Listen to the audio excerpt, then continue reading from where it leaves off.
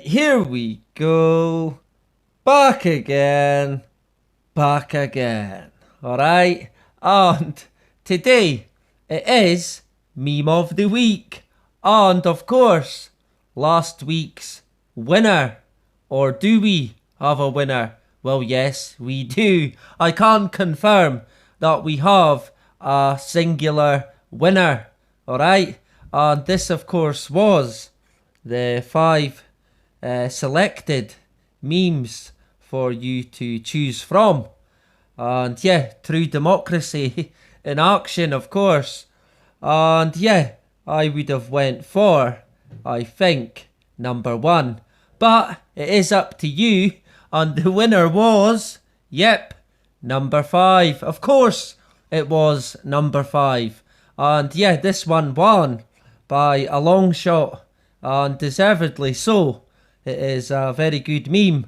And it says, real pandemics don't require exaggerated virus models, faulty testing kits, rigged results, and falsified death certificates. But psychological operations do. Damn straight. And yeah, this one is bang on the money. Because yeah, that's what COVID is. Let's face it. And even, like I have touched on before, the World Economic Forum, funded by the Rockefellers and Bill Gates, who I believe might actually be related, right? So yeah, look out for that video. But yeah, they told us that it was the world's biggest psychological experiment, the COVID and the lockdown. So we know that it is for sure. In Science Daily, 5th of May 2020, all disease models are wrong, but scientists are working to fix that. Sure, why not, right? Sure they are. Yeah, I'm sure they will, so it's cool. But yeah, as you can see, the champions of the previously fought syndrome are telling us that everything in terms of models is wrong, but we know that anyway. Science Magazine, 25th of March 2020. Mathematics of Life and Death. How disease models shape national responses. Right. And yeah, that's funny because we already know that disease models are wrong and they're useless, right? They're about as much use as a chocolate teapot. But yet here we are, our whole lives based around them and upon them, right? Volks, 2nd of May 2020. The IHME coronavirus model keeps being wrong. Why are we still listening to Bill Gates, right? It must be Bill Gates for sure. But yeah, why are we still going by these models when we know that they are always completely fucking wrong, right? Every time, without fail. This one's from The Hill, 5th of April 2020, the year of deception. When computer models create mayhem. Yep, and that is of course every single time, right? Because they always get it wrong. Surprise, surprise. And this one from heritage.org, 18th of May 2020. Failures of an influential COVID-19 model used to justify lockdowns. Right, so there you go. The model that justified the lockdown and implemented them, well, it was a failure and it got everything wrong. Right, it was a waste of time. But of course, it was a lockdown anyway. Business Insider, 25th of April 2020. Professor Neil Ferguson, coronavirus mastermind of the UK lockdown. Right, so this is the mastermind behind the computer modelling. Right, he must be a friend of Bill Gates. But here you go, 6th of May 2020, National Review. Professor Lockdown. Modeler resigns in disgrace. Wow, There you go. What a surprise, right? So yeah, that didn't take long, and he was out the door. Of course, he's just a fall guy. It was always going to be wrong. And yeah, they are a complete and utter waste of time, the computer models. How we are still going by them is beyond me. But yeah, we know why. We know the plan, of course. BBC, 28th of April 2020, India cancels order of faulty China rapid test kits. Right, so like it mentioned in the meme, yeah, there is a lot of faulty test kits. Surprise, surprise. 26th of May 2020, Spain returns faulty test kits to China as COVID-19 death toll passes, I don't know, 666? Who knows, right? 16th of June 2020, care homes told to destroy faulty COVID-19 test kits. Burn them, they said. Burn them to the ground, right? And yeah, that's probably a good idea. Burn the fucking lot of them. But it just goes to show again that, yeah, useless. 13th of April 2020. No, sorry, 13th of February. US CDC finds some test kits sent to states are faulty. What a surprise, right? As early as February. So there you go. ABC News, 3 weeks ago, coronavirus testing, what top officials say went wrong. Well, I'd imagine everything went wrong, because that is always the case. They always, without fail, get it wrong. But it happens that many times that, yeah, it is not by mistake. Let's put it that way. Daily Mail 3 days ago. Ministers quietly remove 1.3 million coronavirus tests from their official figures. Wow. And yeah, this is constant. This happens all the time with thousands, but this is the most yet. But yeah, what a surprise, right? Fiddling the figures, right? Constantly, no matter where, in America, UK, you name it. Forbes 4 days ago, why the US needs to change its testing strategy to fight the coronavirus. And that's because, of course, it's all wrong. Everything they do in terms of testing, well, it's wrong. It's wrong. And they'll have to buy Bill Gates' tests, right? 5 days ago, NC reporting error fuels 200,000 COVID testing overcount. What a fucking surprise, right? It's everywhere. Same story. The Sun, who, yeah, I detest, 3 weeks ago, thousands of Brits taking at-home testing kits could have wrongly had negative result. So there you go. There's two sides of the coin, it would seem, right? But of course it's all complete and utter BS.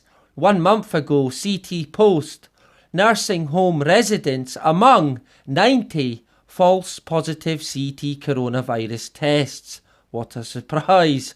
1 month ago, The Guardian, are official figures overstating England's COVID-19 death toll? Question mark. The answer, yes, right? Sky News 3 weeks ago, Boris Johnson says we get things wrong, but worst will be over by, I wonder, right? Can you guess when Johnson, the British English Prime Minister, the expert, thinks it will be over by the worst? Well, there you go. By the middle of next year. Hip hip hooray, right? But of course, it won't be, right? I would imagine that this time next year, it could be the same, if not worse, right? I would imagine if we get the same again in terms of a second wave of deception, then yeah, I would imagine that we could be back at square one. this time next year. Or, like I said, possibly worse.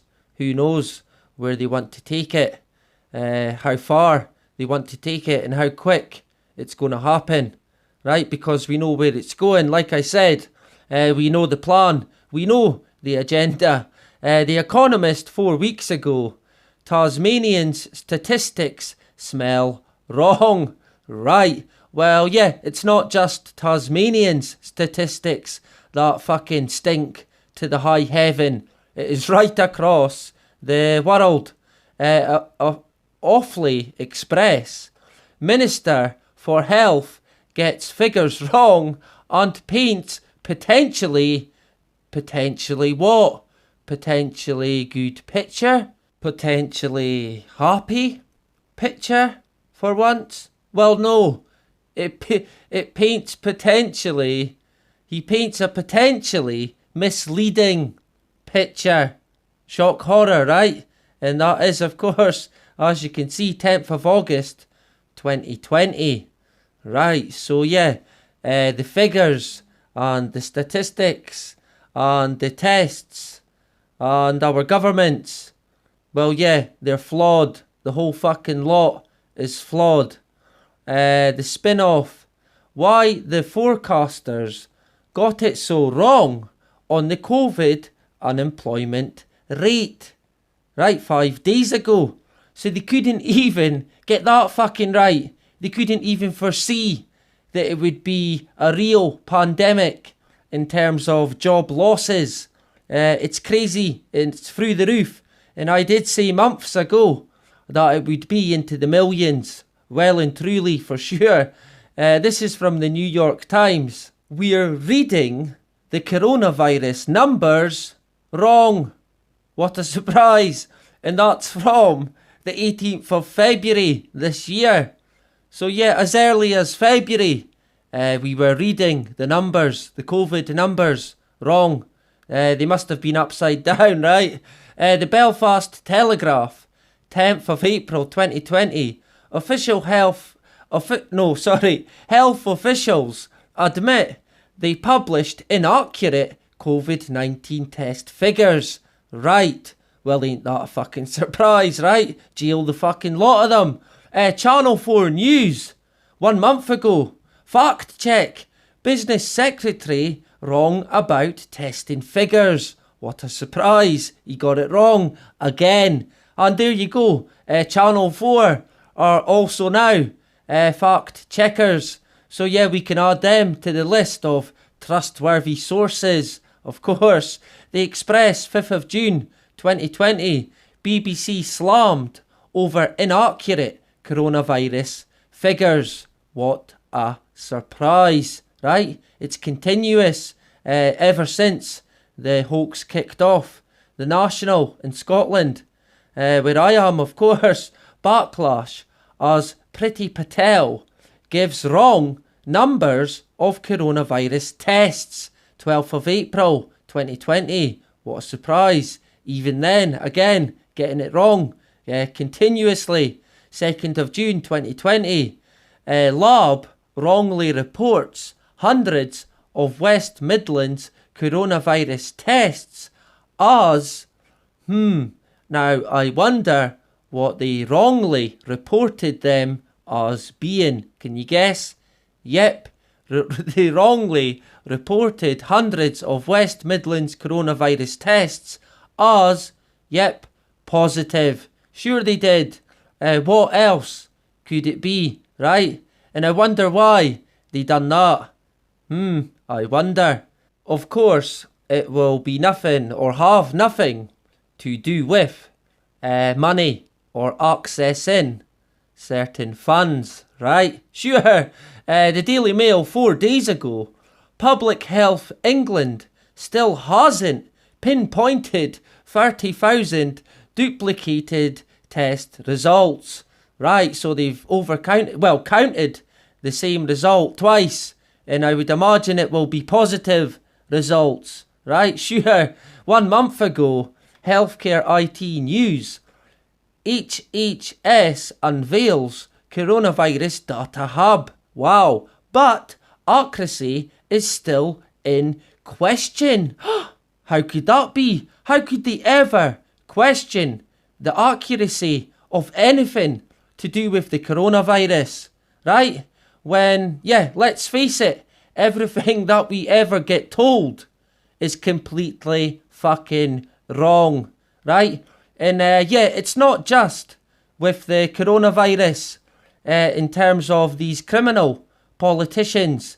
It is consistent year after fucking year. And it does not matter what party or colour or group is in control. They are two cheeks of the same arse, right? Like we've said, they're all peas in a pod. Unfortunately, they don't have any power, right? They're bought and paid for.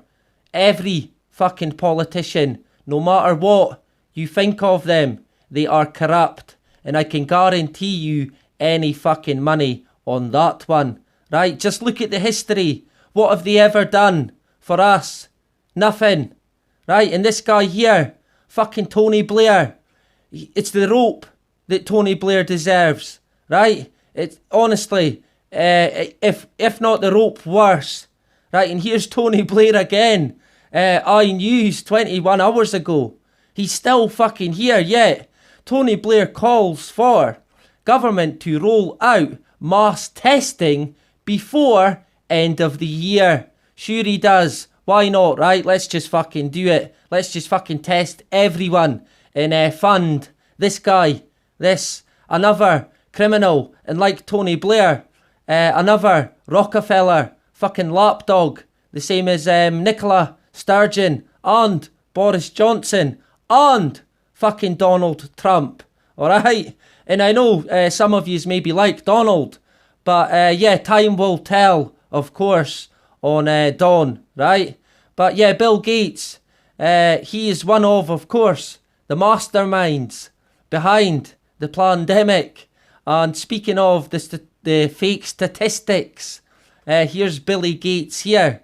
And as you can see, his hobbies don't just include killing people with vaccinations and blocking out the sun and GMOs, but he seemingly likes to read books, this book being one of them.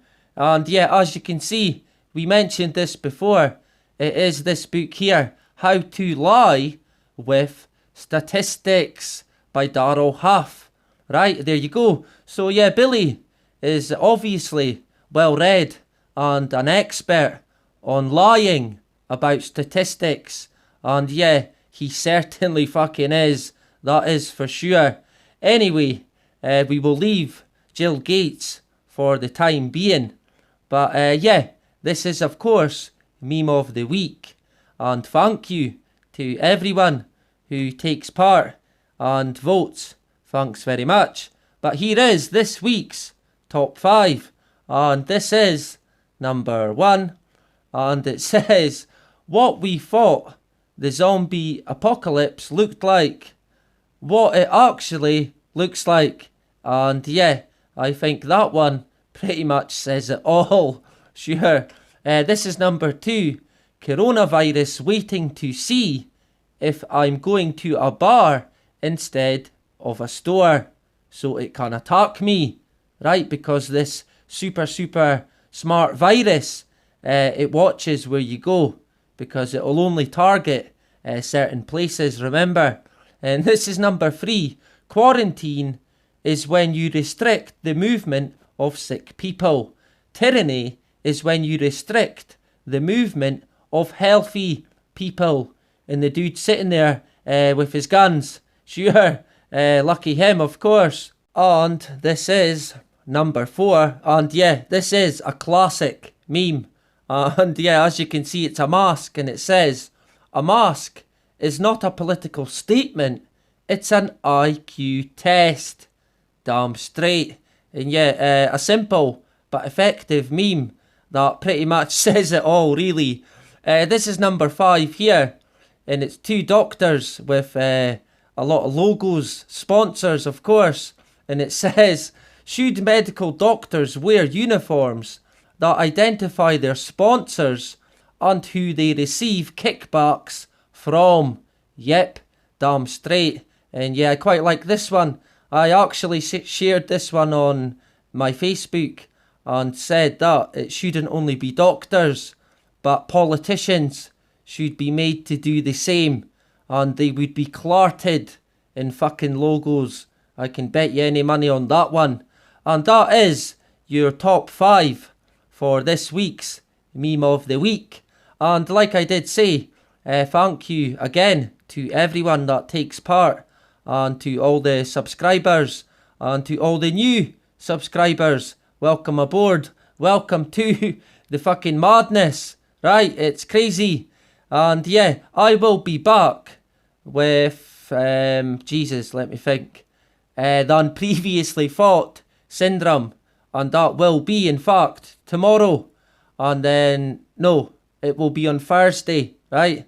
And actually, the schedule now is Meme of the Week on Tuesday, and previously fought syndrome on Thursday, and of course the Friday fix on Friday. And I will try and fit in other videos when I can, but hey, I have a family and a life to live, of course, like everyone else. So yeah, I have that to do, but I try my best to get on when I can. But hey, I will be back on Thursday. So yeah, see you then. And that is about it. Bye bye.